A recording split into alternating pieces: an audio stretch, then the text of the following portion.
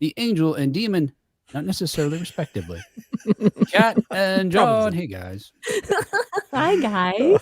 Greetings and salutations. You say probably? Probably, maybe? Probably so, yeah. Respectively. Probably Yeah. so, yeah. Hey, we are streaming to you or recording live right now as we stream on Facebook. See, we're streaming in the word face right next. Streaming live on Facebook and YouTube at the same time as we record with a live studio audience here. If you'd like to participate in our show sometime soon, anytime in the future, please join us any Wednesday at 7 p.m. Eastern on either of those platforms. That's right. Okay. Meanwhile, let's say hello to everybody that we can, I guess, as we see here some of the folks that say hello. And if you're on and you don't say hi, we don't know you're there. So we'll say hi to who we can see here. Miss So is here. Hey, Owl, Karen. Everybody. Hey, everybody. Hey, everybody. What is it? Hello, everybody. I'm Dr. Nick. Whatever that's over there. There you What go. are you doing, That's pretty John? good. Well done. That's the one. Hey, Karen. Yeah, Hey, Marcus, the of one. course, is here. Brandon. Darth. Hopefully we didn't miss anybody who said hi. Darth is here. Did you say owl? I did. Ooh. Mm-hmm. Yep. Oh, Brandon. Hoot, hoot. Don't pollute. Hey, on Owl's here. today's podcast, what we're going to do is we're going to catch up on current news stories related to 1980s media, including, this is in no particular order because we probably won't do them in this order, but Okay. the Superman filming location that has piqued my interest, the Indiana Jones video game that may have me buying an Xbox. But it won't. I'll explain why. Why Anthony Daniels, C-3PO, is selling his Star Wars memorabilia, the Macabre, quote-unquote, Beatles collectible that was withdrawn from auction, a favorite GenX treat has been discontinued, a 1980s wrestling superstar has rescued someone in real life, and we're going to talk about how the Chilean special edition of Star Wars is better than the Lucas edits. Oh, my gosh. It's the edits we didn't know we needed. Kat, have you seen these videos yet? Oh, I love them. Oh my God! Right? I watched them. Yeah. So, and we'll share those with folks in the live here so you can see what we're talking about. And look, we're getting caught up on 1980s news. There's no particular topic today because there's a whole lot of news that we've been, quite honestly, I've been pushing aside because I want to talk about other things. That's part of it, and quite honestly, we're not ready with a topic at this week. So there you go. But anyway, as usual, though, not only are we going to examine these particular 1980s pop cultures with, with a lens for a nostalgic lens of how they may have, impacted us, affected us when we were younger and first experiencing some of these things, but from the perspective of today as Gen X grown-ups, because this is the new show, Gen X Grown Up. Point of order. Yeah. What is it? What is it, John? I'm going to just use the form letter that Aldi sent me. And send it to you. Oh, cease and desist? Cease and desist, yeah. That's my way of saying, hey, don't forget to check out John on his very own podcast. Yes, thank you. But seriously, look, not only do we talk about, we don't talk about just items from hey, you remember that time when there was this TV show? No. Right. Let's talk about what's going on with it right now, because there is constantly. All right, anyway, that's enough of that. Hey, let's get caught up on all of that 1980s news. And as we do these stories, folks in our live audience here, if you've got any thoughts, toss them in the comments. We would love to learn what you think about these things and share it with the audience, the larger audience as well. Hey, this week in 1980s news, as reported by Tri-State homepage, wrestling legend is a hero. Did you guys know that Florida is a state where people live? Like, I thought it was just, it had Disney and Universal. And aside from that, it's just a punchline. Yeah. I know a couple people who live there. Yeah. Used to live there. No one important. Sure. And it turns out they're not all monsters. No. Good thing. Like this story here, this so heartwarming story. On January 16th, we tease because John lives in Florida. On January, I'm just shitting on Florida for just no reason. You're gonna get email from listeners. What's wrong with Florida? Yeah. Without context. We got enough people hating on us after that Billy Mitchell video. Never gotten into so many dumb arguments before on social media about nonsense. John, I could have warned John, too. I could have warned you. Yeah. Who edited that thing?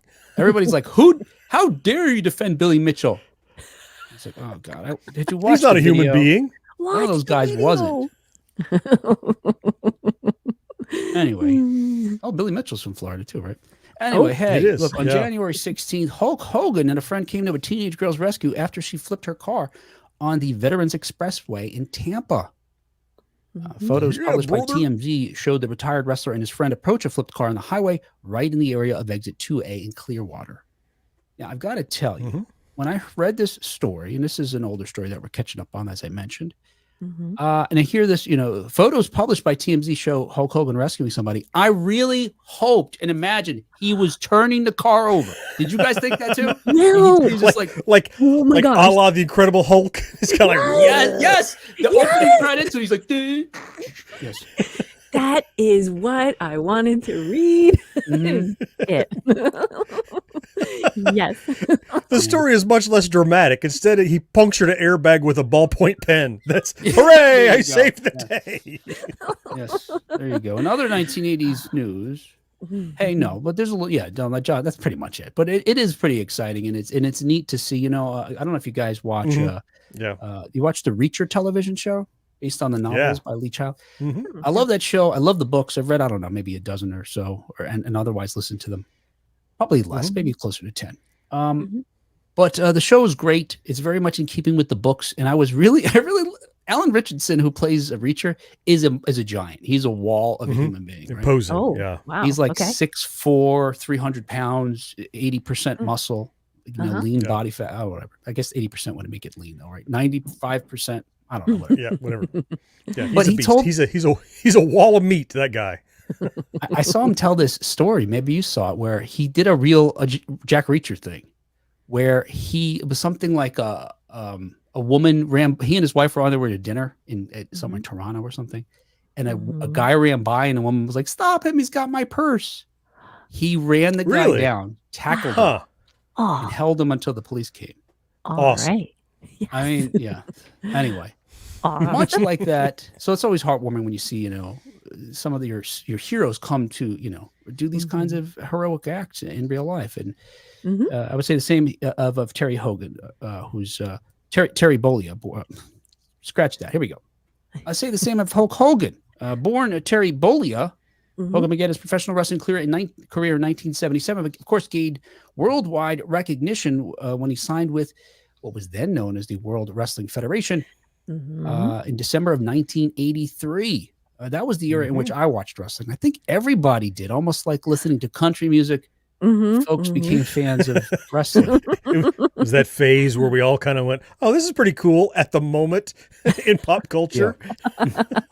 I was already into wrestling when Hulk Hogan came along, because my dad used to take us to Convention Hall in Asbury Park, New Jersey. And the wrestlers in those situations were, there was a little color. There was George the Animal Steel. He was always fun. And Andre the Giant. But they all kind of wore the same things, right? There wasn't a lot of flash. What was that thing called? The singlet, right? With the one over the one shoulder singlet. Like Andre wore. Yeah. Yes. There was that, or just, the tights Trunks. Or whatever. Trunks, yes. But then all of a sudden, like, Hulk comes along, and it was like, what is this? With his bandana and his bright yellow. He was eye-catching. Kat, it will come as no surprise to you that my dad also took me down to the George Fleming Civic Center to see wrestling, and Gordon Soley's announcing all that same stuff. Yes.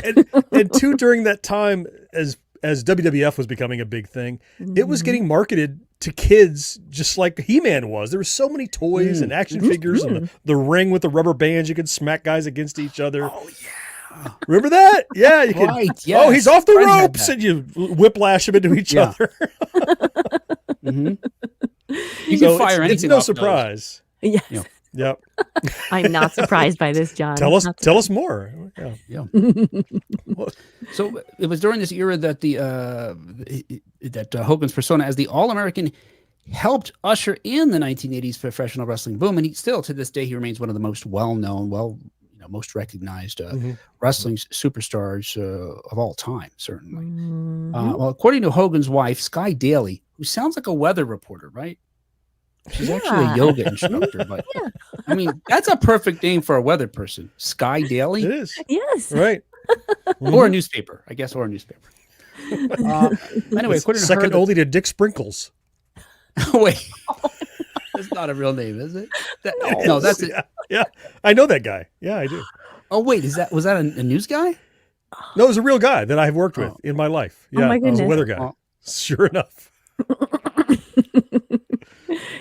Okay. That's insane. All right, whatever. If Will could look any more incredulous, he would. Wait, well, John really worked the news, so I'm like, would they let a guy in the air named Dick Sprinkles? Absolutely.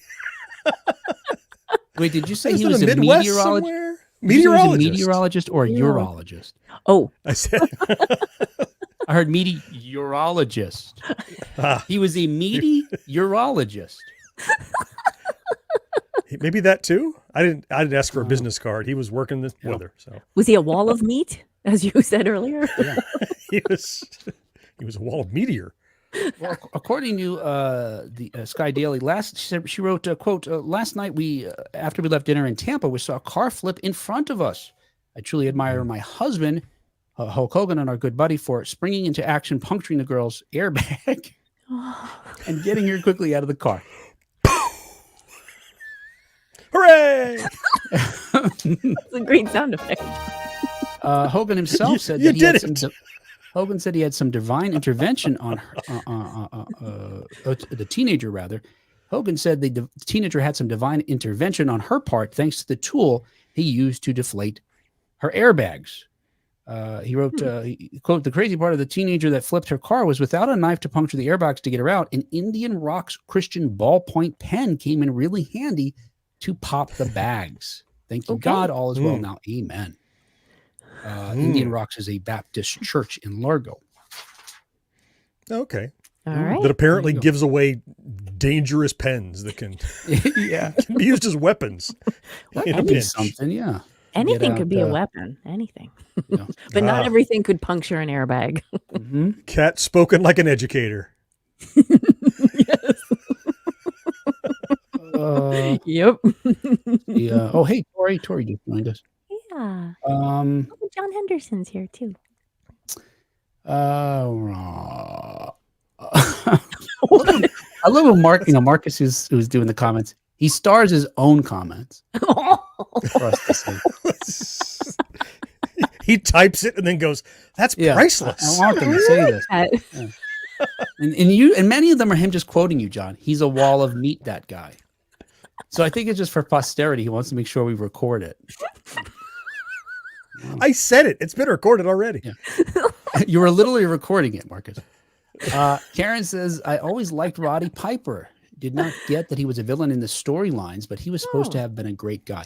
Yeah, and he was great in the movies, right? I mean, right? I love that he had that villain on wrestling, Saturday mornings, but then he was in They Live and playing a hero. That was fantastic. Yeah. Yep. Yeah, he ran out of bubble gum, I hear.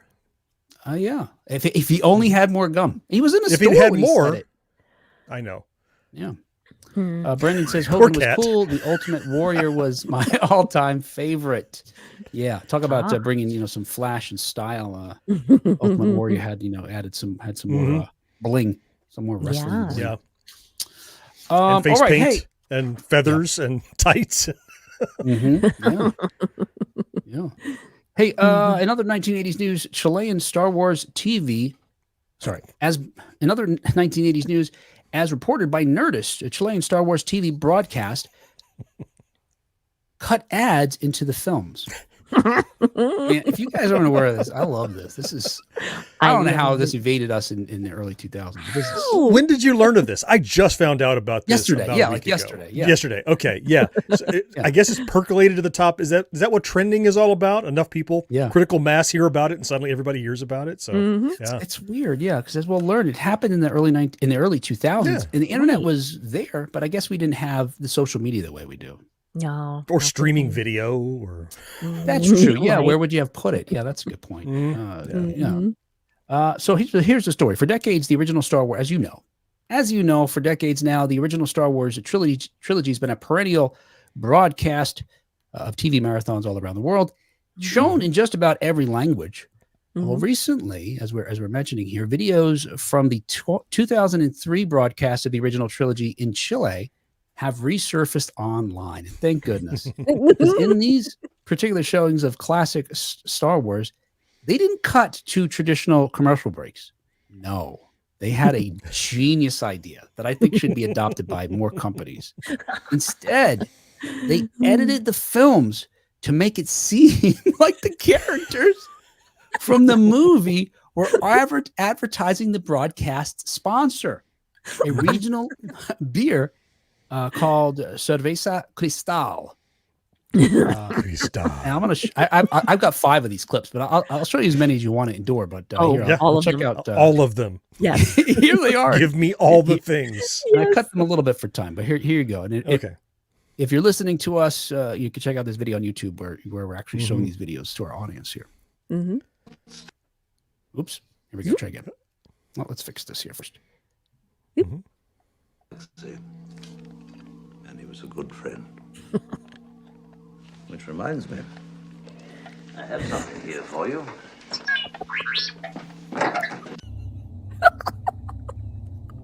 Cerveza Cristal. Cerveza Cristal.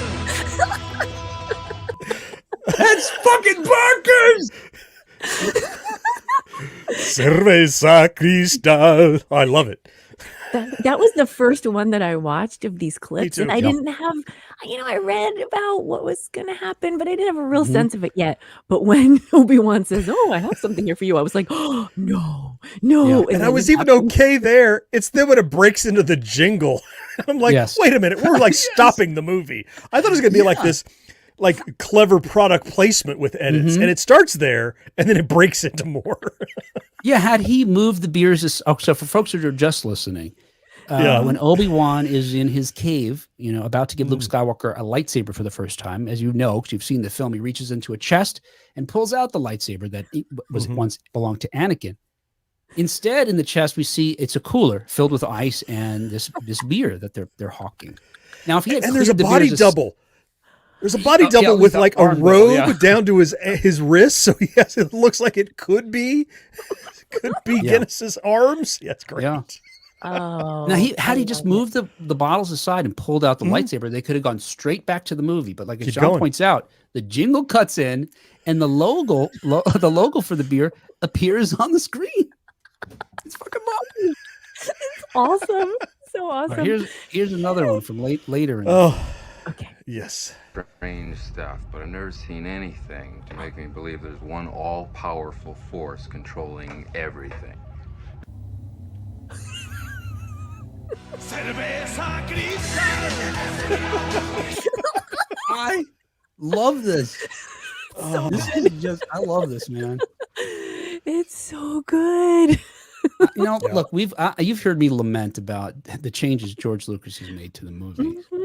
I don't know that I would mind this. It's just too fucking funny and brilliant. I don't know. Maybe I'm just. Oh, I love it. You want more? I got more. More. And there's not like there's any like trickery. There's no like CGI or anything. They just fully cut to another shot that's shaded to look similar. And you're like, oh no, he just pulled out a beer from inside his robe. Are we clear on like the first one when they're in the cave? Do they also show him after that reaching for the lightsaber, or like how do they splice it in, or is it just so abrupt? You know what I mean? In the version I saw, a little longer, I don't know, like there's a bit missing there where they're back sitting together and talking about the lightsaber. I think that's what I remember seeing. Okay. Yeah, it just goes back to the film, Cat. Yeah, it's just. So it's just very abrupt as it seems. Yeah. And they clipped out a little bit, I think, to make it like almost you could fit in there, but you're not fooling anybody at that point. Yeah. Now, look, if you're like us, at first you feel like this has got to be some kind of elaborate prank, just created for clicks. Because there's not dissimilar things online where folks are having fun with other original content and changing it just, to make it funnier or whatever. Sure. Oh, yeah. But according to a 2004 report by The Guardian, Cristal Beers Agency,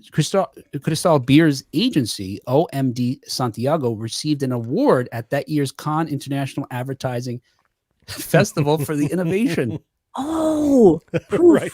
Not All from right. Lucasfilm, mind you. No, probably not. that's true. Yes. In contrast, as John suggests, Lucasfilm was not too happy about these edits. And in spite of the fact that they let a number of folks do fan films and otherwise create their own original content using what otherwise properties that would need to be licensed, they instead insisted that this company stop doing that. Because Uncle George is the only one that's allowed to make these controversial changes.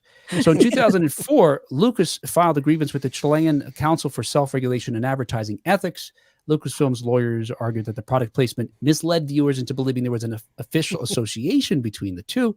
And ultimately, the council decreed that the commercials were not to be altered again.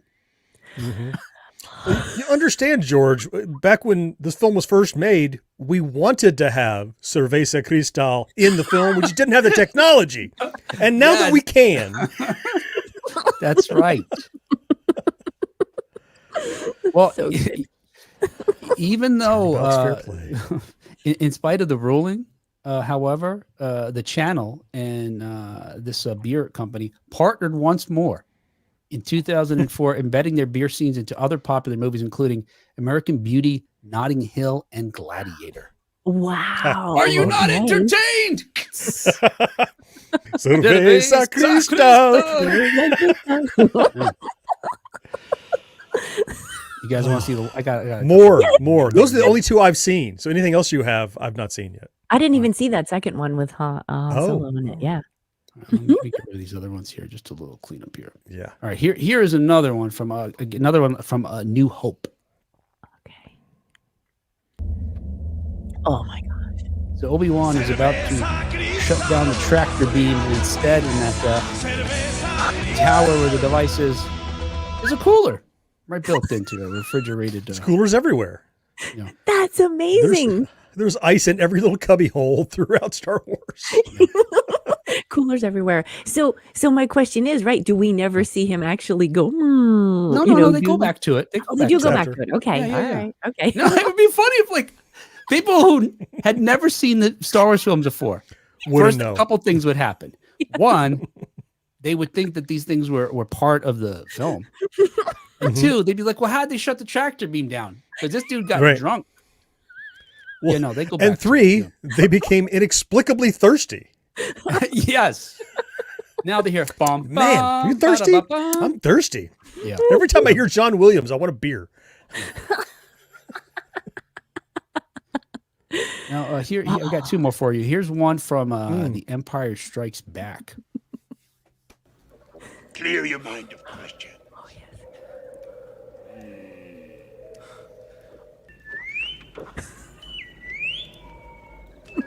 Okay.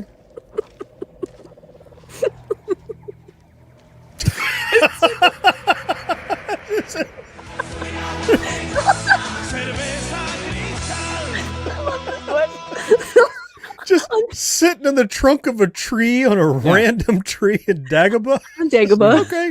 In There the you go. forest tree, yeah, there's a beer there. Yeah. It's a beer tree. That's the seasonal fruit. It's a can of beer. And I got one final one for you here from I believe it's from Return of the Jedi. Okay.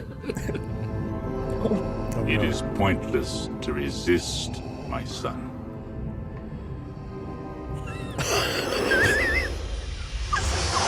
Oh my God.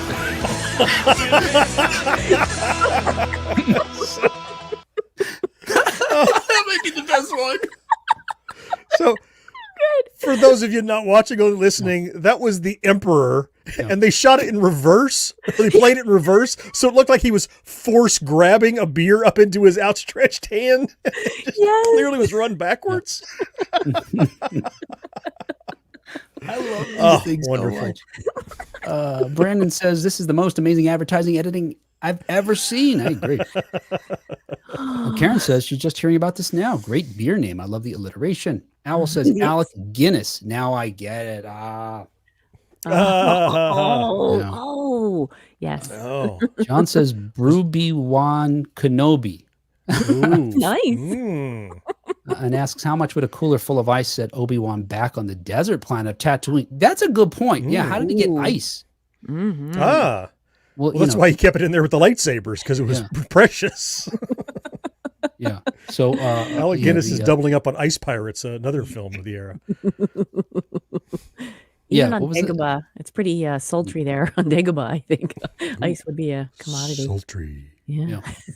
So this sort of thing is happening all over, and I think it's fantastic. In fact, I just saw they did this to our show too, guys. It's really just quite terrible, but I can't be mad because I love this whole campaign here.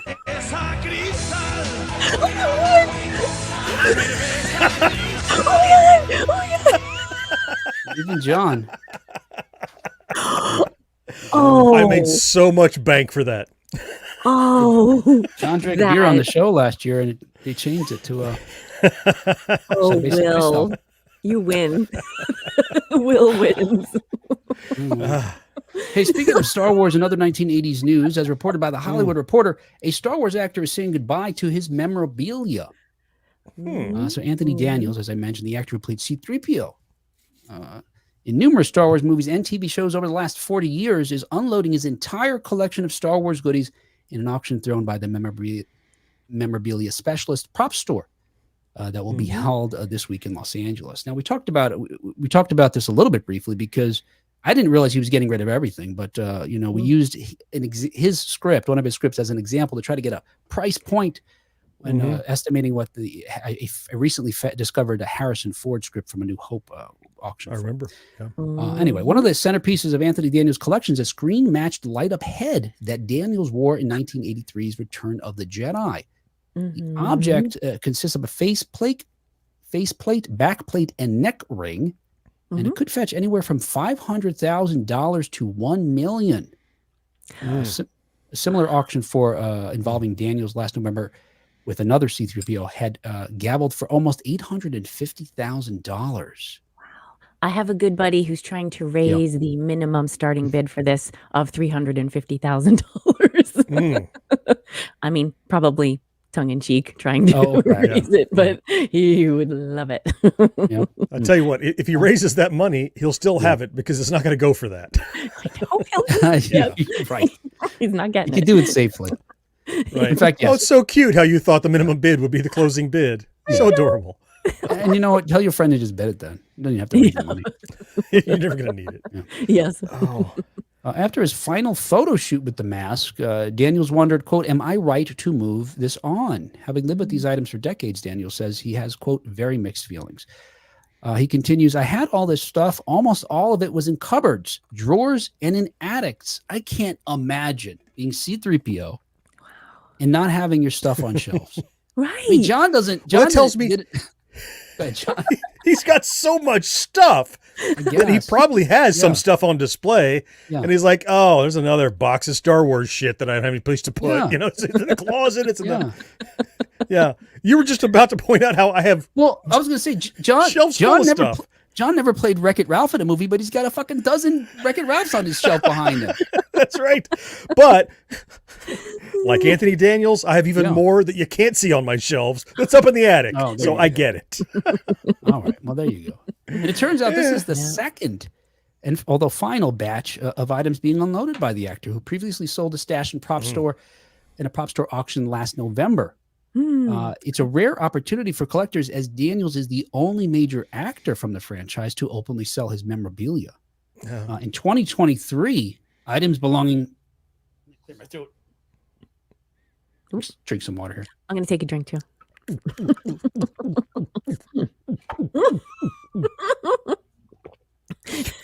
Zoom in on Michael Winslow over there.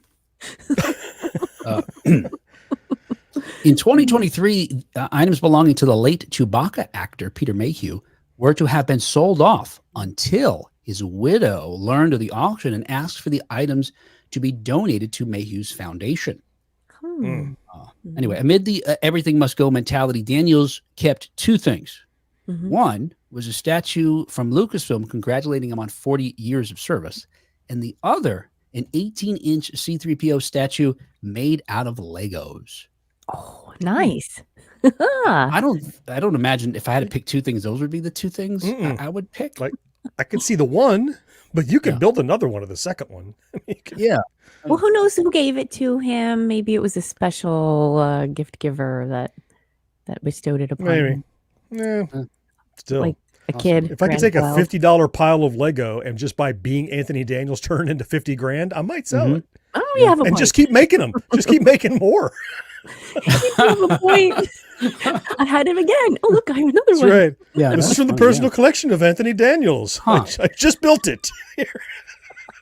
I touched it. Yep. Daniels was originally going to leave his collection to his wife, Christine Savage, to sell after he died. When he told her of his plan, her response was, "Why don't you sell it now?" Prop Store's entertainment memorabilia auction runs from March 12th through the 14th with the Anthony Daniels collection hitting March 13th. John. You still got a chance to get in on that. Yeah. Yes, John, Kat. does your wife say that? Why don't you sell it now? I think Anthony Daniels' wife and my wife would get along. Oh, Right. yeah. She said, well, if you die before I do, I'm just going to light a match. It's just too much to deal with. Oh no. That means everything just must be soaked in kerosene already. It's ready to go. Just in case. She has tanks cleverly placed around the house for just such an eventuality. Right. John gets a cough and she's like, strikes a match. John, you feeling all right? No, put it out. Blow it out. Okay, I just went down the wrong pipe. Hey, speaking of auctions, from cherished memorabilia to macabre tragedies, as reported by the Fox Business News, this is just really disturbing to me. Anyway, a bullet from the gun that a bullet from the gun that murdered John Lennon has been withdrawn from auction. Now, originally, we almost talked about this a couple of weeks ago when it was announced it was going to be part of the auction, but are now happy to report it's been pulled from auction. So I feel a little more comfortable talking about it. A British auction house had planned to sell the bullet from the gun that was used to kill John Lennon in 1980. But as I mentioned, they've now pulled it from the lot. The auction was scheduled for February 28th and generated international headlines after it was covered by the BBC. The bullet, now this is, look, initially you think is this a bullet that killed John Lennon? What does this mean? Right. A bullet they found Even missed more one shot horrifying. and it was in a wall.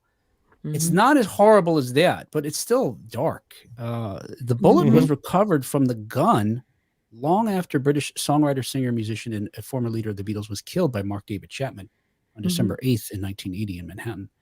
According to the auction house Anderson and Garland, which is based in Newcastle, the bullet originally belonged to Brian Taylor, who served as chief superintendent for the Northumbria Police in the UK.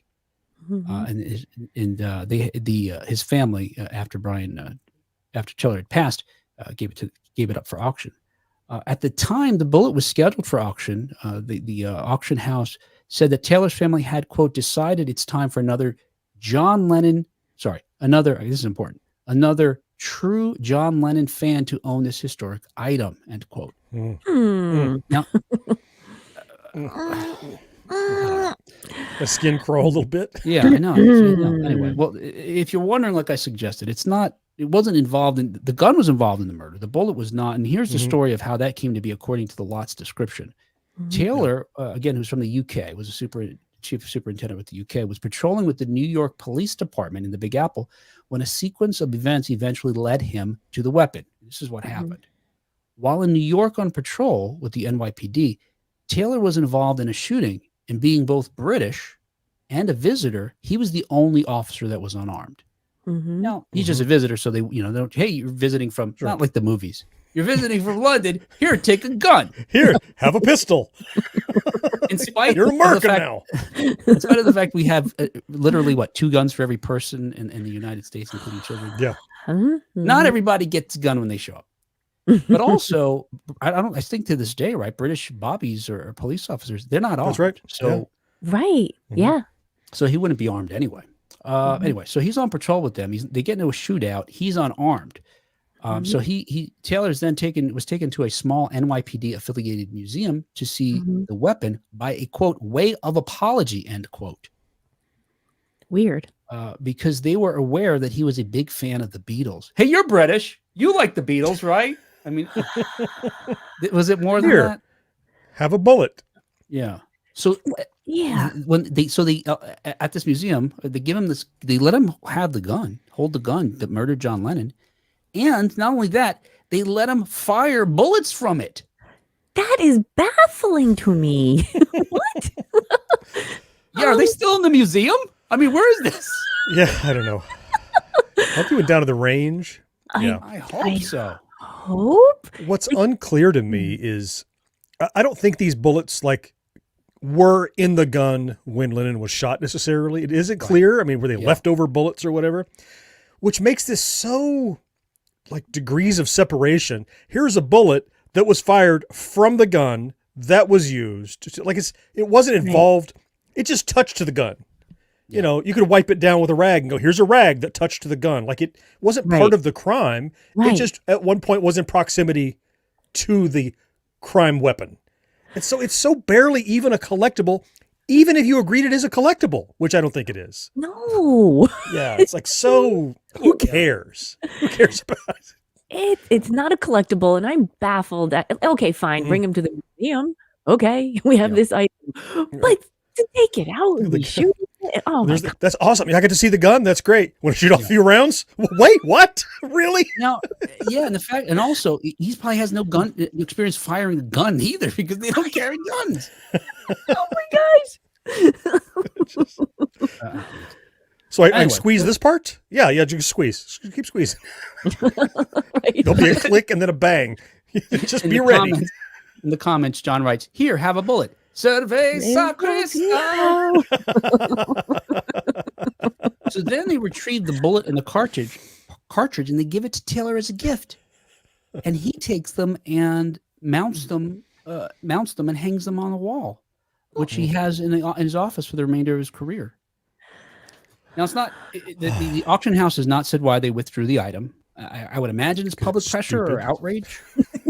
It's ridiculous. They realized it was, but just like our conversation here, the auction generated some controversy among Beatles fans that found the auction to be the potential auction to be in poor taste. One Reddit one commenter on Reddit wrote, "A true Beatles fan couldn't possess such a thing." Yeah, a true Beatles fan. Right. The music is the legacy, not some macabre connection to the very weapon that robbed John's family, friends, and fans of the life he would have continued to live. Yeah. Yeah. So instead, that bullet will be donated to the Foundation for Peter Mayhew. Oh, there you go. Just as we did with the last thing pulled out of the auction. Yeah. That's where all dead auctions go. Straight to the Foundation for Peter Mayhew. Go to the Foundation. Oh, You no. thinking of some awful things. Oh. I'll try to continue this metaphor. I don't remember what killed Peter Mayhew. Unfortunately, he was a very nice guy by all accounts. Yeah. But it's here. I'm sorry that you were in that shootout without a gun. We saved some of the cancer cells that killed Peter Mayhew. Would you like to take some home with you? No. You want to inject them into someone? Yeah. And then, that'll be fun. Yeah. Yeah. And then take home this bandage. No. Mount it and hang it. Yeah. I'm glad that's over. Next. Yeah, let's see who else to say hello to here. Nick's here. Hey, Nick. Yeah. Who did I miss you? Donnie. Hey, Donnie. Hey, Michael. Yep, Michael's here. Anybody we miss here? Brandon writes, straight up money grab attempt. That's about selling the underwear that one of the paramedics wore when they worked on Lennon. Right. Right. Oh. It hasn't been washed. That's the question. Has it been washed? Wow. Yeah. All right. Hey, in other 19, let me just do news. The show flies along, doesn't it? Yeah. Is it flying along? I think so. Been talking for over half an hour. Kat said she feels like it's dragging. We're talking for 40 minutes. Is it flying? What do you got? Another bullet story? Let's go. Hey, sadly, another favorite from our youths is now defunct. Now, again, this is a story we're catching up on. I didn't get a chance to talk to you guys about this, and I certainly want to hear your thoughts because it was important to me. So sad. In January, Ferrara Candy announced that it will no longer be producing fruit stripe gum. Mm-hmm. While the short-lived flavor of the candy has been the butt of jokes since the candy's inception in the 1960s, the candy itself endured for over 63 years. So, Good for your fruit stripe. Yes. but unfortunately, yipes, the candy's multicolored zebra mascot has been put out to pasture. Aww. I was today years old when I learned that zebra had a name. Same. I had no idea. They didn't do a very good job of it. You know, Tony Tiger, Toucan Sam, that damn zebra. It's like nobody ever said his name. And apparently, I read that maybe this is from commercials or other advertising material, but that was his catchphrase to say "yipes." Really? I don't remember that. No, Nah. not in my world. Yeah, I never heard of that. I don't know what the context is that would lead him to say "yipes" either. You know, would that be? Because it rhymes with stripe, I guess. Yeah, that's the only thing. Right yipes, stripes. That's it. John, you may have. I bet you knew this though. That Yipes wasn't the first mascot of the gum. Which of course is odd considering the fact that one of the selling points was striped. That the gum is striped, the packaging was striped, the paper it was in was striped. Anyway, the Beechnut company that introduced the gum in 1960, Beechnut, the company that introduced the gum in 1960, went through a number of different animal mascots and actually started with a fruit striped gum man. It was an anthropomorphic gum pack with limbs and a face. Oh, okay. So like, what's his name? The Mr. Twinkie the Kid. Twinkie the Kid. yeah, It was yeah. an actual Twinkie with a lasso in the arms. And so it was like an actual stick of gum. Yeah. Yeah. You strap him down and rip the paper off. Right? Yeah. That's right. Yipes! Yipes. That's the yipes. There you go. Now we got it. My skin, my striped skin. Well, I guess he's the gum pack, so he's like, pull something out of me and eat it. Yipes. Only got 3 left Kid, before I'm dead. Next. That's right. Yeah. That's why Twinkie the Kid was packing, now. You don't want anybody to eat him. He's in a lasso. Hey, get your mitts off me. Not getting to my creamy filling. Oh, no. He might have had a gun too. He had a holster, right? Yeah, I think he did. Right. He did. He was just protecting his sweet filling. It was from and folks, it was various... in the 1980s, in the 1970s and 80s and all those years, you could have a comic or a cartoon mascot firing off guns during children's TV shows. Yeah. Absolutely. Yeah. Rootin' tootin', fresh and fruitin', right? Yeah. Oh, that was a good rhyme, Jared. There, John. Well, the company also used I just stole it from Denny's. The company used a number of animals. Not all of which naturally have stripes, including a tiger, elephant, and a mouse before they settled on the zebra that we all grew up seeing in the 70s and 80s. According to Ferrara, the company that currently owns Fruit Stripe, the decision to sunset the product was not taken lightly. They considered, quote, many factors before coming to the decision, including consumer preferences and purchasing patterns, end quote. Strangely enough, it seems like the one thing that Ferrara didn't consider was making the flavor last longer. I didn't care as a kid. It was always my first choice. I just didn't care. I loved that and juicy fruit. Those two, fruit stripe and juicy fruit. Now that one lasts a little bit longer before it turns into Play-Doh in your mouth, but it did last a little bit longer. But fruit. I was really hoping. So pretty. I was really hoping, Will, you were going to tell me they briefly considered using an inmate for the mascot. Yipes! That'd have been great. Yipes! The fruit striped mascot. I did buy a pack of Fruit Stripe accidentally. I mean, I bought it on purpose, but not leading up to its cancellation. Maybe I don't know, maybe 4 or 5 months ago. I just happened to be, oh hell, Fruit Stripe. I remember that, and I was unimpressed. And so then a few months later, when I heard it was canceled, ended, whenever terminated, whatever they do to cancel gum. What do you do to gum? Sunsetted. Ended. It got sunset. Thank you. Right? I was like, it's about time. Did you eat the gum? Oh yeah, I did. It was just I was unimpressed by it. Like Kat said, it was fine. It was fun, but it also wasn't particularly fruity, and it didn't last very long. So I'm like, I mean, Hubba Bubba is way above it now, so Go with that. John, I thought you were saving it. I thought you were going to tell us Yeah, that when you found right. out that it was Oh. sunsetted, that you it's up on your shelf now. No. I'd finish the pack. I'd shoot it all because on one car ride you go through 3 sticks because it's like, oh, that one's dead. That one's dead. You know. John's always advertising something. There I am. Get that out of here. I too to was get paid. enamored with it. I didn't mind that the flavor didn't last long, and for me, it was one of the first things I remember as having a favorite of something. Like usually people say, "What's your favorite music? Your favorite movie?" When you're very young, it's easier, to say, "I love Star Wars. This is my favorite movie." I grew out of that very quickly and I enjoyed many things, and I was sort of, I was slow to anoint anything my favorite. But Fruit Stripe was one of those things where if someone said you have a favorite candy or gum, it was Fruit Stripe, baby. And I felt more mature in a sense that I had like other adults had their cigarettes that they knew they wanted, or they would order the beer when they went to the You had store. your They knew what to brand. get. I had my brand. Yeah. Yeah. Now, Will, how do you remember Fruit Stripe? Because just having had some in the last year. Yeah. Excuse me. When I opened it up, I was shocked by, has this always been like this? It was a regular stick of gum that looked like it had just been spray painted with some stripes. The stripes didn't go through the gum. It was just decoration on the gum. Yeah. It's always been like that? Okay. That's how I recall. Yeah. It's a very light dusting. Like a watercolor. Yeah. Watercolor. Like I felt if I licked the gum a few times, stripes would be gone, maybe. That's possible. Yeah. And the flavor never lasted long. I'd be curious, John, when you had it recently, was the flavor still pretty short-lived, you said? It was pretty short-lived and not particularly fruity, powerful fruit flavors. It's like, the yellow one. And you're like, what's that supposed to be? I'm not sure. Just fruit.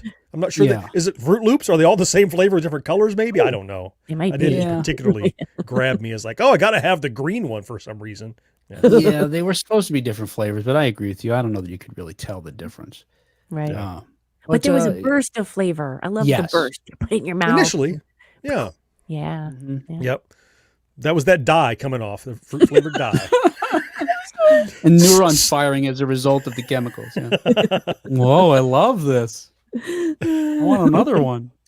Well, the bad news, as we mentioned, is Fruit Stripe's no longer being produced. The good news is, unlike John, who was able to purchase it in a store months before it was finally canceled, there's still packs found online from enterprising resellers like some on eBay. Yeah.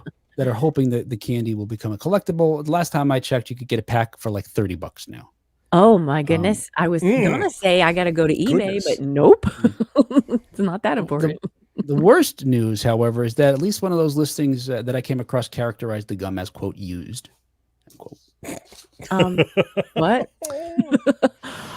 On eBay, you say whether something's new or used, and one of them is used. So I don't know what that means in that context, but I hope it means like a stick is gone, but the rest of it's fine. Maybe, with the little strip around the top that is missing. Pre-chewed for your convenience. Now, I'm truly hoping that the fact that they terminated this gum is just some temporary publicity stunt, just like a new Coke, to bring the product's continued existence back into the zeitgeist, because many folks probably have forgotten about it. But imagine if they brought it back today with the same burst of flavor, but had it last long, at least as long as its mint flavored competitors.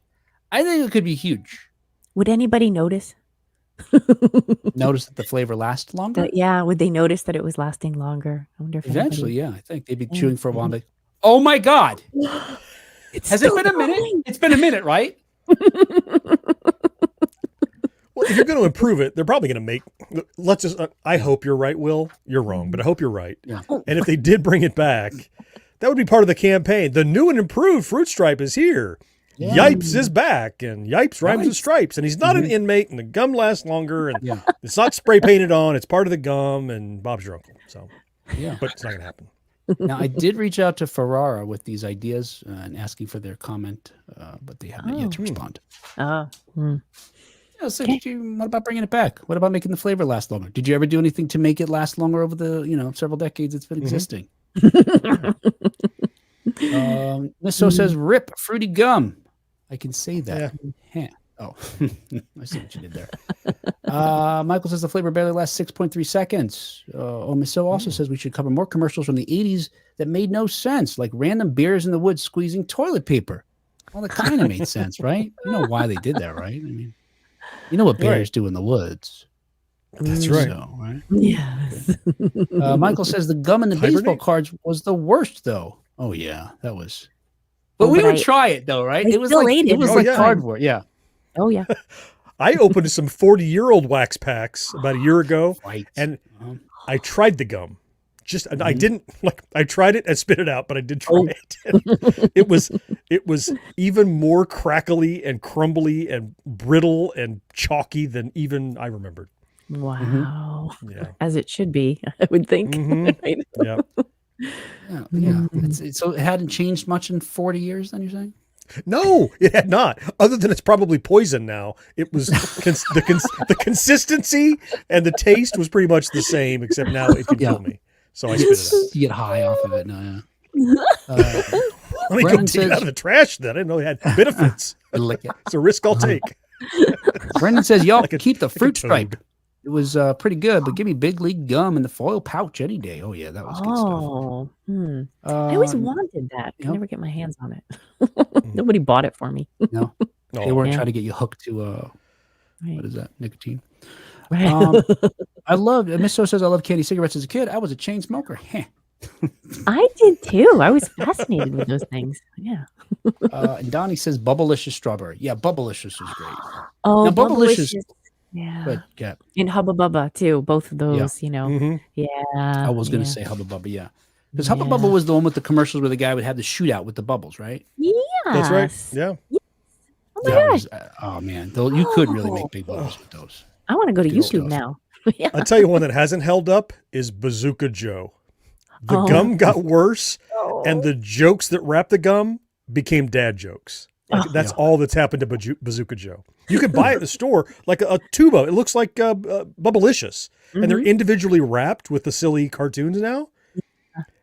The gum is worse, and it's the gum is worse. Oh no! It's somehow, it's like biting into a little pink brick. It's like, it always was like that. So it's worse. Oh man, I did love it though. I did love. I ate the whole stick. I didn't throw it away. Nope. Bazooka Joe. I don't know that I'll leave this in or not, but I love 30 Rock. There's a great little bit in 30 Rock where Alec Baldwin's trying to build up a character. That he's invented this new kind of couch that he's really proud of, and they're having all these problems with it. So that his foreman of his company is feeling all defeated. So to build him up, he says to him, and I brought up the quote so I can say it exactly here. He says, "What did Theodore Bazooka Joe do when his eccentric millionaire father left him nothing but a pink rock quarry? He baked those rocks and sold them to children." Yep. Oh, verified. All right. Hey, in other 1980s news, as reported by comicbook.com, Indiana Jones and the Great Circle trailer has been released. No, the Great Circle is not the next inferior sequel to the films featuring our intrepid archaeologist. And thank goodness for that, right? Now, instead, it turns out that a little over 3 years ago, Bethesda and developer Machine Games announced that they were developing a new Indiana Jones video game. Well, just last month, during Microsoft's Xbox Developer Direct, during Microsoft's, there's a lot of possessives in this, it seems like. Well, during Microsoft's Xbox Developer Direct event in January, Bethesda unveiled the first look at the gameplay for it. It turns out the game takes place in 1937 between Raiders of the Lost Ark and The Last Crusade. All right, that sounds really cool right already. I mean, just tell me that, I'd be interested. Yeah. And Indy is joined on this journey by Gina. Okay, here comes Doomcock. Let's talk about how go woke, go broke. That's right. Ruined it or whatever. Kathleen Kennedy must be behind it. She must be behind the production of this video game. Anyway, she's a new female character, of course, because she's not part of the film franchise. Throughout his latest video game adventure, Indiana She's gonna Jones die. will visit. No, she's going to assume the reins, I thought. Oh, she's going to. Oh, she's going to die. Okay, yeah. That's what Doomcock thinks, but we know the Oh. future already, so Yes, I right, figure she's yeah. going to die if we're not going to see her Yeah, post this probably game. an opening scene. Oh no. Throughout the adventure, Indy will visit locales that include Sukhothai, Okay. Egypt, Mm. and the Himalayas. Mm. And as expected, they say as expected in this piece from comicbook.com. I wouldn't have expected it, but I'm really glad that it features the likeness of Harrison Ford. Yeah. It seems to, and the character seemed to be equipped with all the regular accoutrement that the globetrotting archaeologist had in the films. Mhm. Yeah. Mhm. I think one of the most exciting things about this is it's a first-person perspective game. So you get to actually be in, assume the Third person? role of the archaeologist. You get to crack that whip, right? Yeah, Yeah. yeah. Yep. John? Mm-hmm. I was just saying, I think it's third person, but still, it looks phenomenal. Well, then maybe this No. article's wrong. No, it is first. okay. Did you watch the trailer? It's first person, but then there's some clips where I think it's Cutscenes. giving. Oh, there are clips when it goes narrative? between first and third person. Yeah. Oh, I see. I did see it in the Maybe trailer. Those might a little cut drama. scenes. Oh, Mhm. gotcha. That's yeah. right. No, right Yeah. you are. Right. It you has are. both. Yeah. Yeah. Yeah. The trailer Actually, looks Go ahead. spectacular. Yeah. I watched the trailer and it reminds me a lot. First, it reminded me of a modern Wolfenstein games, which then I found Yes. out, well, it's rated back through the lineage. Makes sense there. Right. And not surprisingly, it has strong vibes that remind me of modern Tomb Raider games starring Yes, Lara I Croft, agree. which effectively Lara Croft is just a female Indiana Jones that they built to go and raid these tombs like Indy did. So, and Yep. it looks the same type of gameplay. It looks, there's clever things going on. I see him using pieces of the environment rather than always referring, to his whip and gun, but he also Right. does exercise his whip and gun in many places. So it's Mhm. not just it seems like it won't be just a typical shooter with a coat of Indiana Jones paint on it, but rather they're imbuing him with some of the characteristics, the cleverness that you would Right. expect, Dr. Jones to have. Beyond just the graphical beauty, I think the tone looks about right. So I was excited when I saw that. Yeah. The trailer itself was so amusing to me. Did you hear the Wilhelm scream? There was a Wilhelm scream tucked in I missed there. it. Really? yeah, I missed it. yeah, I Good missed it. ear, Hey, Cat. Wow. In the thing, Nicely in like done. the first quarter of it, I was like, Mm. oh my gosh. And then they're showing him punching, and they Yep. they do the punches in time to the music. So it's like do Mhm. do do do do. That amused me. And there was a funny bit at the end. Somebody's holding a vase or something and drops it, and he says, Yeah. do you know how much that was worth, or whatever? There's a little Right. bit of humor going on. That was Yes. Mhm. And a callback to the Funny. films as well. Yes, Yeah. yes. Yeah. I have to ask Will, especially knowing what a big fan you are of Indy, Mhm. what did you think in the trailer of what you could hear of the sound alike? Oh, I think he's far enough there, Yeah, right. There's I enough. think it's yeah. enough. I think it's the Yeah. spirit of Harrison Ford. He certainly sounds somewhat like him, and Mhm. it may even be that I'm not recalling necessarily what Harrison Ford would sound like at that younger age, because I'm still used to seeing him in films more recently. I Mhm. watched Raiders not too long ago, Cue but I think he John. was enough. I think it was definitely enough, and better than in the past when we've seen other incarnations. Star Wars. It's not as good as John's. Yeah, They're Wookiees. yeah. Peter Mayhew Foundation. Donated to Actually, him, yeah. Daniel's selling shit on eBay. Yeah. He wants his DNA back. Oh, Get that off my script. to keep on Legos for. There it is. So the game itself will arrive, it seems, some point later this year, and by some accounts, maybe not until December, and will be playable at least on Xbox and PC, which had really pissed me off when I read that, Uh-oh. because we've been promised for a while now that Disney acquired Lucas, obviously several years ago, and Lucasfilm, we're talking about in the 90s, was making really cool games. fun games, and they weren't. Some of them Mm-hmm. were, Indiana Jones games, but they had others too that were fantastic. Star Wars games that were great. Monkey Island games that were just these point and click games that were really fantastic. And then Lucasfilm eventually, Lucas decided. I think they shut that down. They didn't want to be doing that. It spent so much time on it anymore. Disney, I recall, John would know better than I would, I'm sure, because it's video games. But not too long ago, they were here to talk about them ramping up production again and licensing stuff and developing some new things. And here we go. We get this one, and lo and behold, Xbox, Microsoft, has an exclusive deal to release it on their console. Well, that really ticked me off. And in fact, last year, Microsoft was battling with the FTC over purchasing Activision. And the FTC had at the time expressed concerns that, look, you're just buying up all these brands and smaller companies, and they are. And then what you're doing is making the the games that folks are used to having from these smaller companies only playable on your platform. And that's, anti-competitive, and it's, all the things that the FTC is supposed to protect consumers against. And one of the things they were concerned about is with purchasing Activision was that Call of Duty is a big Activision game. And so the FTC said, what's going to happen when you have Call of Duty? Is it suddenly now all these people who play on different platforms, they could only play it on yours? And Xbox said, no, that's not true. We've already given assurances to Sony that we won't do that. They know that. As an example, during this case, to cite that, look, you guys are doing these unfair, practices. Look what happened. This is the FTC with the Indiana Jones game. That thing was supposed to be released on multiple platforms, and it turns out, yes, in fact, the CEO of Bethesda said that the original deal with Disney and Lucasfilm was to make it available to multiple platforms, including the PlayStation, which I have. Right. But this changed after Microsoft acquired Bethesda.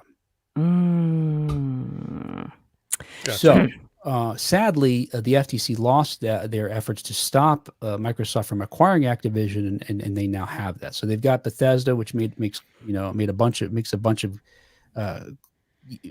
games that are going back for decades now that are classic games. Yeah. And Activision, which, look, John just did a whole series of videos from classic, Activision games on his YouTube channel, GenX Grown Up, but they're still making powerful, games today. Yeah. Certainly. Yeah. It makes me think that maybe there's a bunch of weekend Call of Duty warriors working at the FTC that were really pushing hard to make sure Call of Duty was available. Right. Otherwise, it'd be like video games, whatever. Like, no, Call of Duty, that needs to be available, right? But, Yeah. I understand why they would do this. I mean, PC, though, is the great equalizer, right? So it's not, but it's not like a console that you can or can't have. It could be anyone to have that computer. But many people just these days don't even have PCs for that purpose. They have tablets and their phones. They don't even have a PC per se. So I guess it's kind of become a console of sorts, but it's also an insulator that protects you because almost everything is released there and then on some platform, on some other console.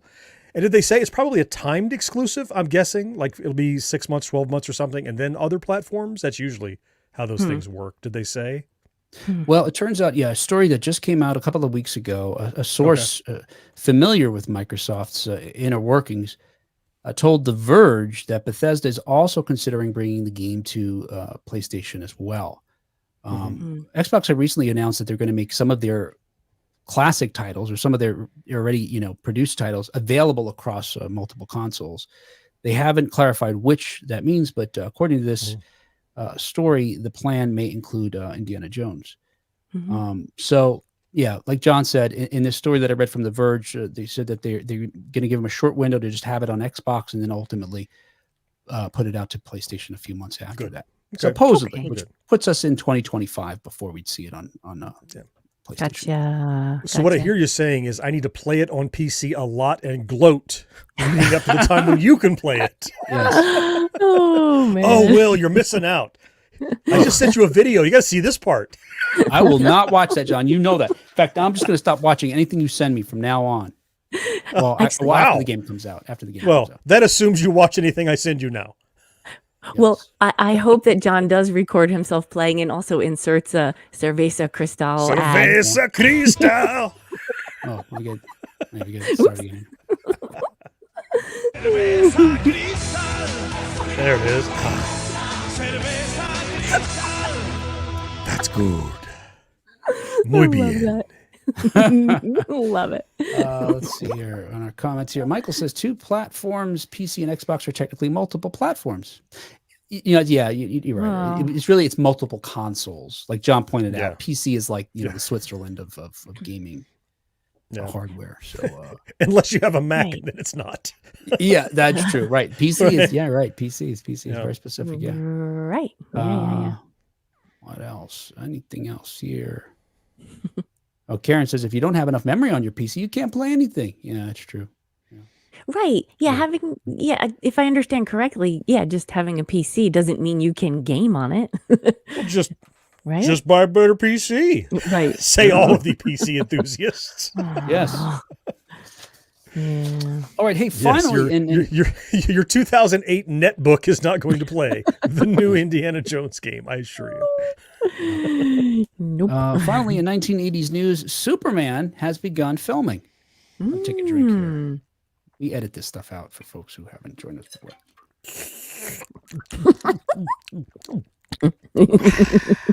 Look, I have a giant rainbow-colored Cerveza Cristal. I'll edit this later. Mine It says looks like prom. it's melted sherbet in there. It's the perfect color. It does look like melted. Melted sherbet. Mine's from the mom prom. Oh, yeah. Last year. Yeah. You can tell because it has sparkles in it. Kat, my fantasy is that we could have our own 80s themed prom somewhere where it's central enough for enough of our friends to join us.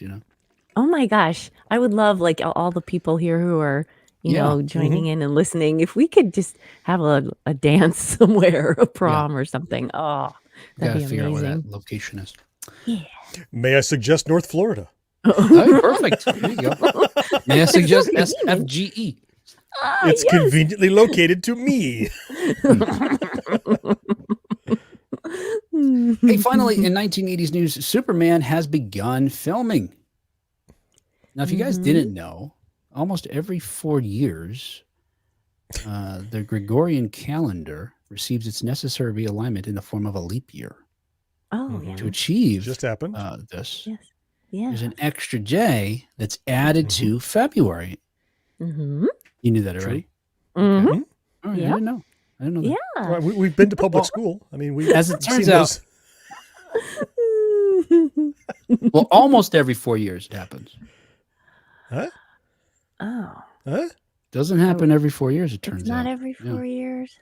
Oh. Yeah, no, because it's they count for the fact that we have the 365 days, right? Which is in 364. So it's actually 365 days, 5 hours, 48 minutes, and 56 seconds. Huh. So to count for that, we can't do it every 4 years, otherwise we'd still get thrown off. So we don't do it on a fourth year if that year is divisible by 100, but not divisible by 400. I feel like John knew this already. John probably knew all this already. He looks bored. He's shaking his head. I think John knew that I already. didn't know it. I'm just waiting for the interesting part.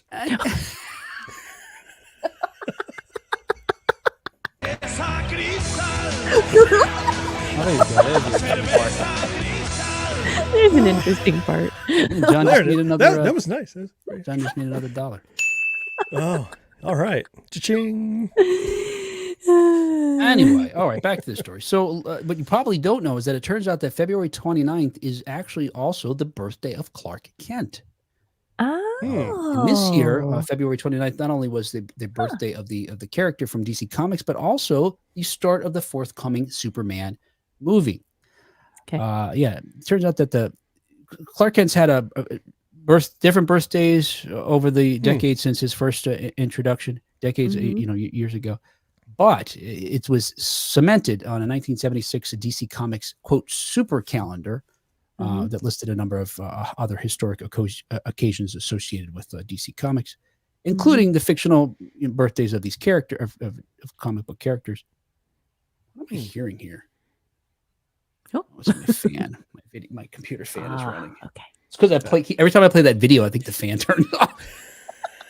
It's more than your computer can handle. Yes. Too hot because to of handle. because of the gate, John. It seems like it's silent when I'm not talking. Then when I start talking, you hear know? it hums in. That's probably Yeah.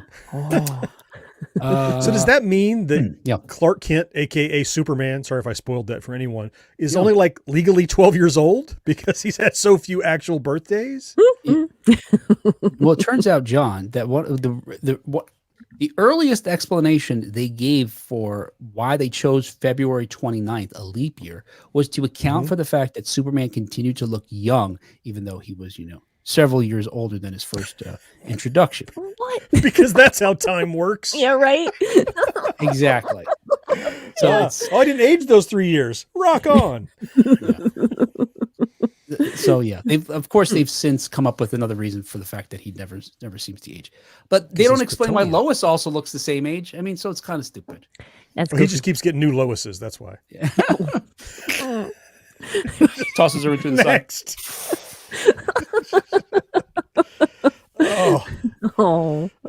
I can auction off. This used to be a Lois. John, it popped into my head, but I didn't say it. It's like the Legos. You're too sweet. Yes, I know. Yes. I love how Kat has to explain your joke.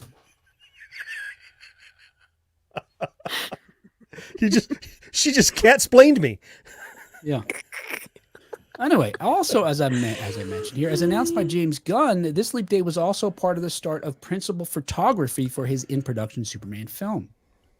In a post celebrating the first day of filming, Gunn also shared an image of the Superman logo from the film, which was previously called Superman Legacy and is now just called Superman. Hey, hang on. You're not a Superman fan? Is that it, John? That's not it. No, go ahead. We'll get to that part. Oh. What's interesting about the logo that he shared of Superman, which seems to be across his chest, is that it has a dusting of snow on it. Well, as it turns out, filming has commenced in Norway. The director opened up to a Norwegian outlet about the first scene he filmed and why he chose Svalbard as the filming location.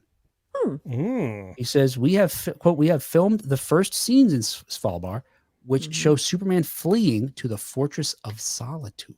Oh, yeah. Now here's it's Superman Frozen Empire too. Nice. Yes, of course. That's why I have this image that you were seeing there, Kat. This is an image that's been captured of them preparing to shoot there. Of course, this could be the set of The Thing. 1982 is The Thing. It could. I see the wind machines, and I see there's dollies in there, and giant fans, box full of junk, and Gunn said that we wanted a place that was beautiful and felt like being in the middle of the Arctic.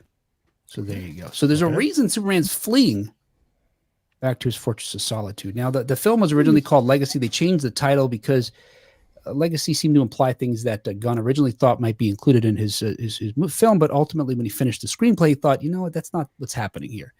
I think one of the good things they're doing wisely is they're not doing another origin story. Instead, this is Superman in the middle of being Superman, wrestling with what all that it means to be a superhero, and also being part Kryptonian and having been raised by humans, so identifying with our species as well.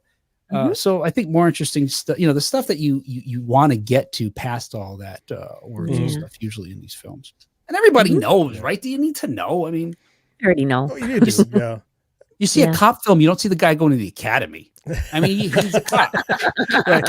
I wonder how he became a cop. Gee, I'm glad you asked. Yeah. And they already covered that in Police Academy. We know That's what right. it's We like. saw that. Yes.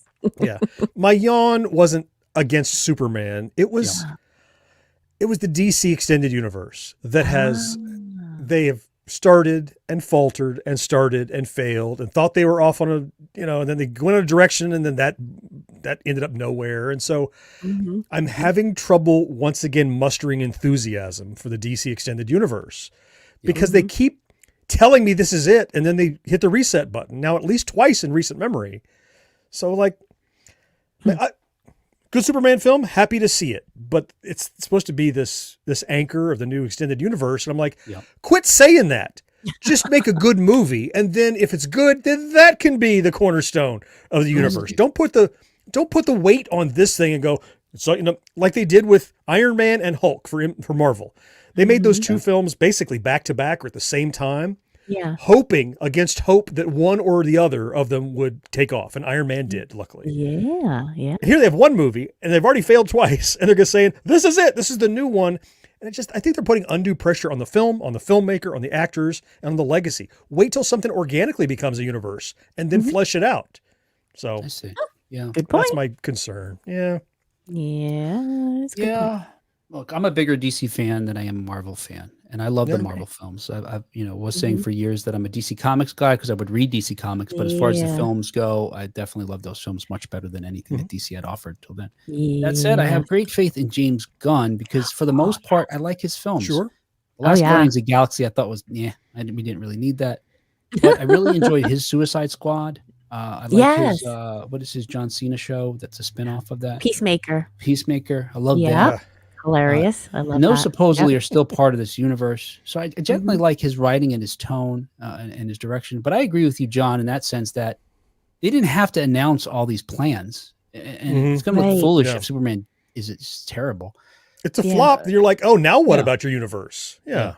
What is the benefit of announcing a dozen films that are coming out that are not in production yet for something that hasn't really taken off yet? I don't get that. I saw in the chat, Inscrutable Owl said, in a very timely fashion, Warner Brothers will just shelve it.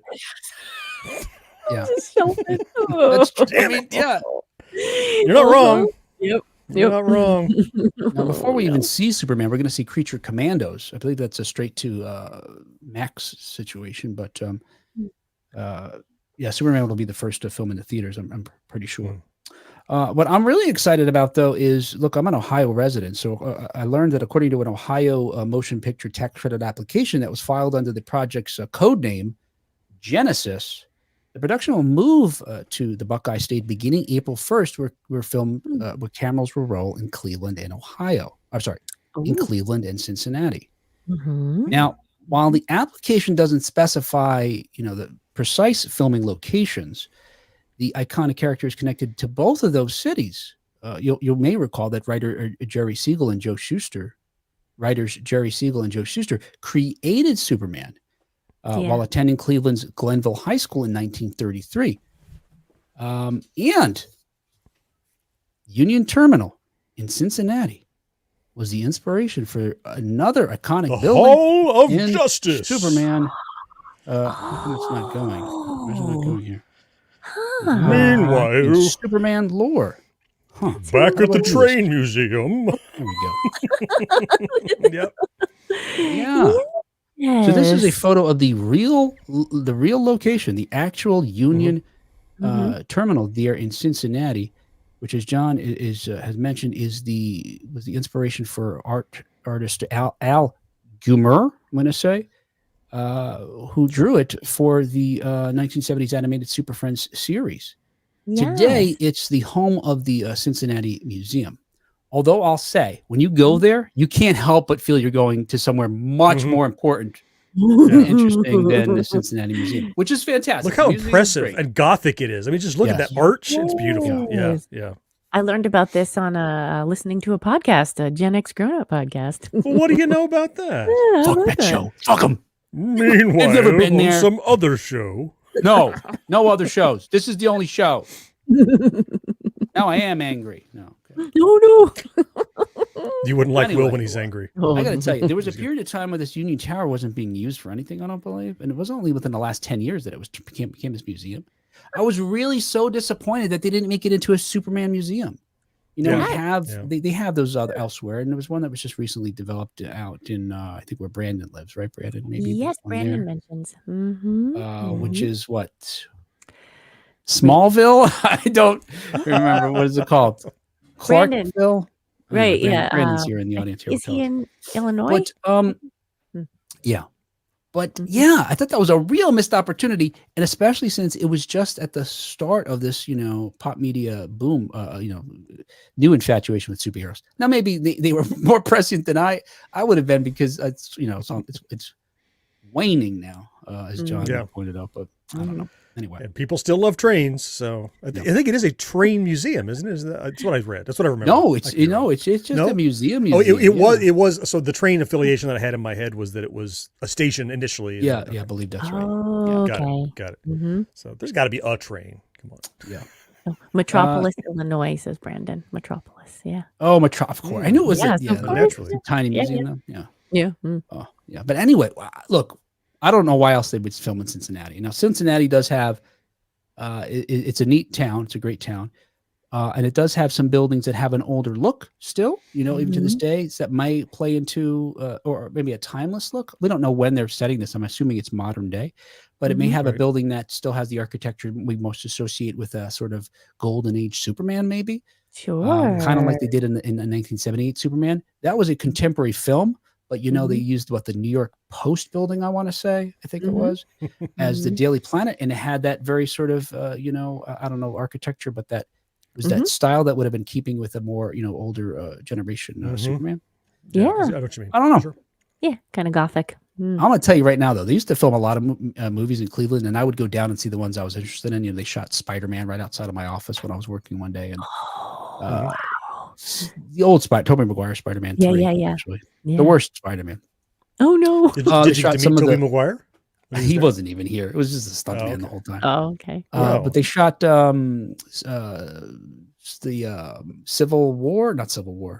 Winter Soldier. Winter Soldier, Oh, yeah. yeah. Winter Winter Soldier, there. yeah. Because Wow. downtown Cleveland, we had this stretch of road that could be New York. The buildings, most of them are not nearly as tall as New York buildings, but they could fill that in, or you wouldn't even see it on screen. So they filmed a lot of stuff down here. And then, for some reason, Cleveland went and built all this stuff on that street that now keeps it from looking like New York, or from a camera truck couldn't even get down the street because they put the god awful giant chandelier, literally a giant chandelier hanging in the middle of the street.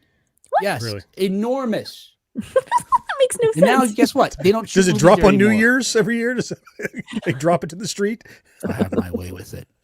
Yeah, this year it will. Anyway, if they're shooting Superman here and anybody's here, I would love to go down and see that. That'd be fun. The film stars David Corenswet, I'm going to say, as the Man of Steel. Rachel Brosnahan. I've seen her on was it on that Marvelous Miss Maisel? That's a good show. She's on that. She's Lois Lane and Nicholas Hoult as Lex Luthor. There's a bunch of other people in there that as well that are good actors. We're not going to see it though until July of 2025, if that date even sticks. Yeah. Good luck. Yeah.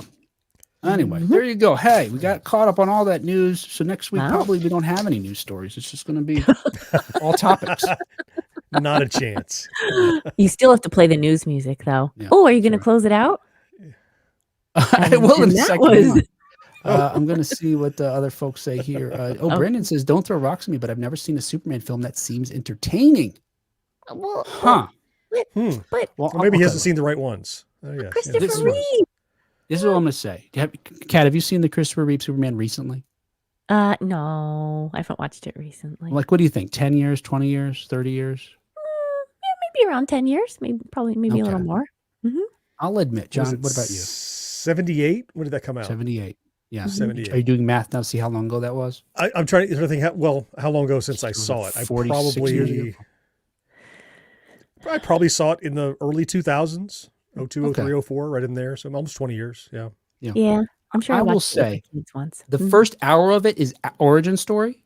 Mm-hmm. And that is kind of boring, I think. I do agree. It's got. I love an origin story. I love it. It's fine. It's still magical to me. I just so many feels about that movie. It's fine. Two things. One, the actor looks nothing like Christopher Reeve. They put this makeup on him to make his nose look like kind of thin, like Chris Reeves was. But the other thing is, not the other thing.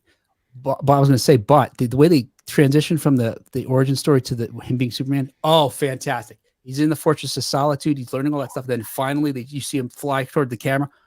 Yeah. Anyway, but so Brandon, I don't know if you've seen that one or not, but that one definitely. Wanawonga. That's great. What does that have to do with him? He's flying towards the camera. That's how excited I was when he flashed toward the camera. Okay. Yeah, he was that excited. Oh my, that's very exciting. But you know what? I did enjoy the first Henry Cavill one, except to the last 45 minutes, which was an entirely a fight scene, and then finally he kills Zod, which is it's not terribly Supermanish.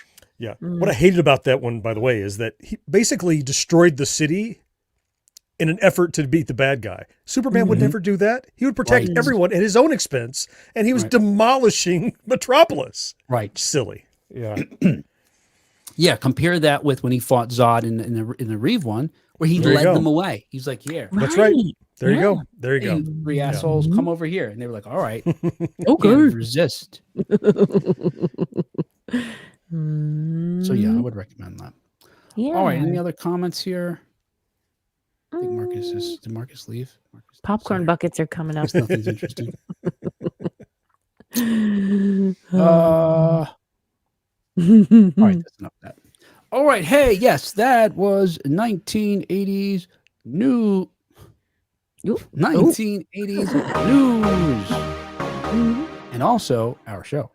And our show is brought to you thanks in part to our early adopters, Karen Flieger and Rick Parker. Love them. Yes. And thank you especially to our Secret of Our Success level Patreon supporters, John Henderson, Brandon Greer, Marcus Taylor, Tony Gray, Nick Guillory, Craig Coletta, and Matt Marino. All right. Excellent. Yeah, thank you guys so very much. Now look, Rick and Karen, they are part of our early adopters, meaning that when we started our Patreon, they just did it.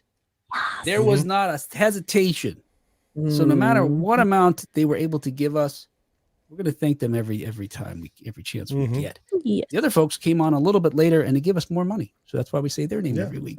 But look, it's kind of a trap, because if you leave the early adopters, you can't get back in. So they're basically they're handcuffed into their contributions. Yeah, is that right? If they don't want to lose their status. That's right. Your evil plan is coming together, Will. Yeah. Uh-oh. And I know look, John's got a team, that works with him on GenX Grown Up, so he doesn't have to get his hands dirty. But here we're a smaller operation. So I'm a terrible. No, it's not a slight against John. It's a slight against me. And I am a terrible 6 people. Yeah, see, look, 6 people. You just held up 2 threes. But this is my point, John. You're not going to feel so defensive when you hear it. Please. Okay, I'm a terrible businessman. I don't have a money guy. So my point is this. I was trying to think, hey, can we do a thing maybe where if you leave and come back, no matter how much you give, we still thank you anyway? So if you were a secret of my success and you leave and come back, we thank you. Even if you have to come in at a lower tier. I don't know. Why are we hashing this out in front of everybody live? I don't know. Okay, here's my point. This is the first time hearing of it. I know. This is the perfect time to talk about it. Anyway. Ixnay on the Patreon pay, Ilway. So anyway, look, if you can give money, please do. It helps pay the bills. And you can go to 1980s now, or you can go to patreon.com/1980s now to be able to do that. There's other ways to give us $1 or $2, just one-off kind of things too. And there's plenty of free ways. Just send us an email. Just post a thing on Facebook. Advertise a beer or something like that. Work. I just made another $45. Yeah. Work our advertisements into your media. Yes. There you go. 1980s now. So there you go. All right. I do have a couple comments here to choose on. Something about a thong. Oh my. Thong? Yeah. Well, so it's going to be made out of that $35 fruit stripe gum is what it's going to be made out of. What? Miss So says, what kind of thong will you be wearing for my $1, Will? I work hard for my money. all different stripe colors. Oh, yeah. You have to work harder. Now, if it's made out of the fruit stripe gum material, John, how long will it last? I need to know. Is it going to keep together for more than 6? The question you're not asking is how long will it taste good? Oh. So, I'm just going to say it will last a good long while because wait, this is not what keeping the stripes intact. All right, hang on a second. honey, hurry, sweetie, I've got my gum pants on. God. Never mind. It's never mind. Time's up. Time's up. The flavor's gone now. Forget it. No. It's not even fun anymore. Honey, I want you to see if you can blow a bubble. Speaking of yipes. Oh my God. Yipes. Yipes. Yeah, that's what she says. Yeah. Yipes. All right. Hey, whatever pants we're wearing, we will talk to you next time on 1980s Now. Until next time. Goodbye, gum pants. Had the sound of a bubble popping. Oh. In the background.